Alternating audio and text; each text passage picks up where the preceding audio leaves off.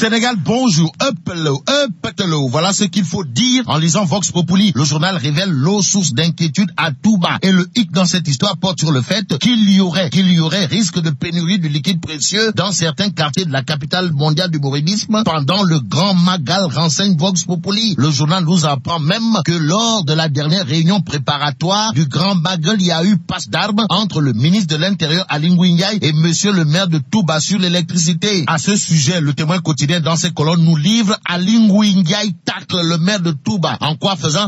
En disant au maire de Touba, j'ai été ministre de l'énergie et vous n'avez jamais payé vos factures. Que retenir de la réaction de Aly Ngouille Ndiaye qui a taclé le maire de Touba? Selon le Témoin quotidien, sinon, tontu du foroch. Donc, électrique a été la réunion car Vox Populi nous livre dans ses colonnes que c'est la Sénélec qui empêcherait à la famille de Serigne Touba de dormir tranquille. Pourquoi? Parce que la société en charge de l'éclairage public pratique son sport favori, à savoir les délestages dans la commune de Mbaké, notre Vox Populi. Qu'à cela détienne, le Soleil nous informe que le maître des lieux, en l'occurrence Serigne Sidi Mokhtar Mbaké, demande un accueil chaleureux pour Macky Sall qui sera à Touba aujourd'hui. Aujourd'hui, il conviendrait de retenir d'après l'Astre de Anne que l'autoroute Ila-Touba avance à une vitesse de tortue. Il est question de quoi?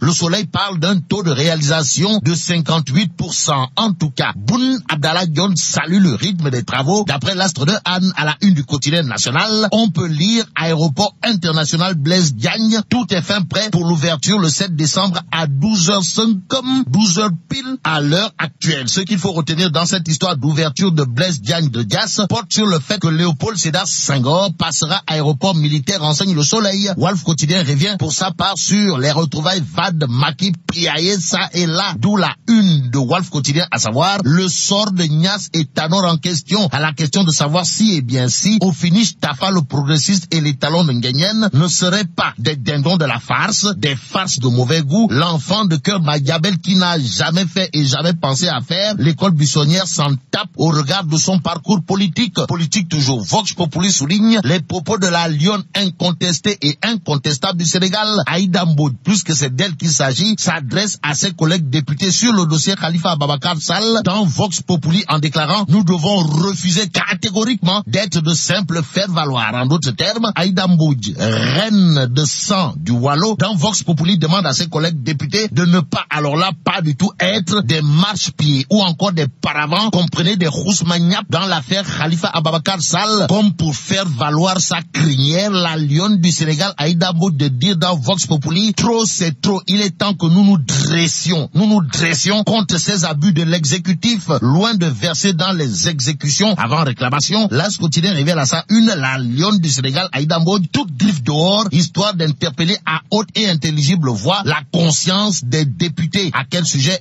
Au sujet de la levée de l'immunité parlementaire de Khalifa Ababacar Sall. Affaire Khalifa Ababacar Sall, l'enquête quotidienne nous informe que le forum du justiciable interpelle la Cour suprême. L'autre interpellation soulignée dans le Témoin quotidien porte la signature de mon confrère Serigne Saliou Gueye, mon confrère, au sujet des menaces de Serigne Bassirou Gueye, alias Bass le procureur, contre les malpensants, explique dans le Témoin quotidien pourquoi nous nous tairons pas. Passons à l'enquête qui, sur le rapport Doing Business 2018, indique le Sénégal rate complètement son pari. Pourquoi? L'enquête quotidienne explique que sur une trentaine de points retenus sur la feuille de route, seuls 6 réformes ont été concluantes. Ça veut dire quoi? Ça veut dire qu'en se félicitant, en s'auto-glorifiant sur le rapport Doing Business 2018, le gouvernement fait dans des Wahugoloï Botsendomfi et des Kanyanan.